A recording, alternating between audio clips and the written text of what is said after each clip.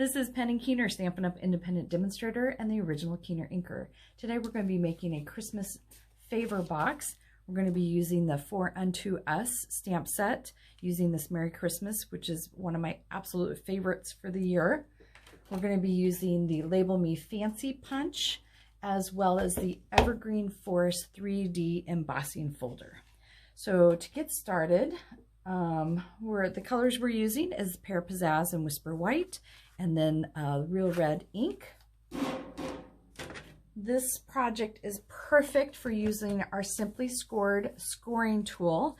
And what I've done is already made a template here. This is 5.5 by 8.5, so a half a sheet of cardstock. So you can get 2 boxes out of 1 piece of cardstock, which is fantastic. The dash lines mean where you are to score, and then the red is where you're going to cut out. So with this particular one, I like having these tabs, and I've kind of color coded them. So the first one here, the blue, is my 1 inch down, and then my red ones are where I'm making pleats for the sides of my box, and the ones that are not marked are all the way down.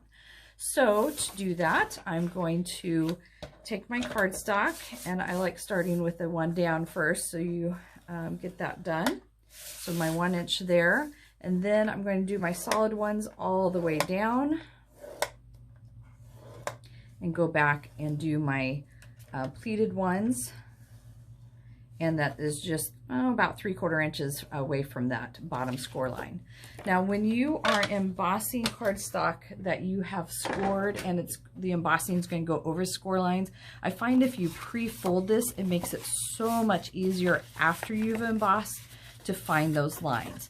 And you always want to score before you emboss because it makes it easier for the cardstock to work. So here's my folded, and what I've done is I've gone ahead and ran that through my embossing folder, and this one is pretty easy to do because all I did was I folded it in half, put my embossing folder over it, and leaving the bottom edges out, and then cranked it through one time.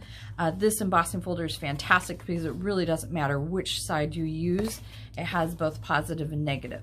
I've also added my tear and tape adhesive all the way down this one side, and you can pick whichever one you want of these flaps down here and put it on there. So to assemble this, all I'm going to do is take this off. Anytime you have a folded project like this, if you lay it flat, you can just lay it down. See how perfect that is? It lines up perfectly.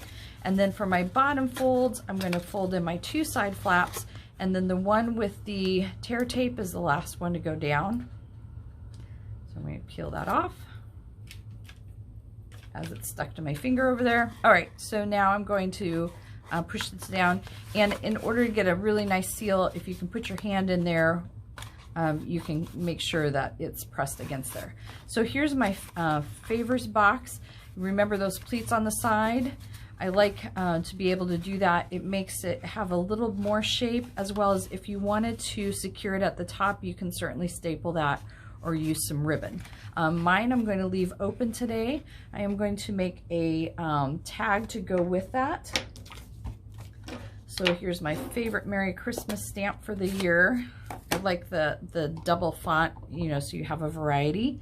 So I'm going to stamp that onto a scrap piece of Whisper White. And then for this particular punch, it's kind of coming from the side. All of our punches you use upside down so you can see exactly where you're punching. I'm going to do it a little off center because I'm going to add a bow on this one. There's that. So to attach it, I am going to use 2 dimensionals. I'm going to set that aside. Next thing I'm using is the glitter star ornaments. You get 12 of these in the package. They are very pretty. This is what they look like. You could use them on lots of different projects. It's the string there was a lot longer than I wanted to use for this project. So what I did was I tied it shorter and then trimmed off the excess. This is our Real Red 3/16 braided linen trim. It's really pretty for Christmas projects. So I'm going to string that through here, and then I'm going to tie a bow, and there's lots of different ways you can do that.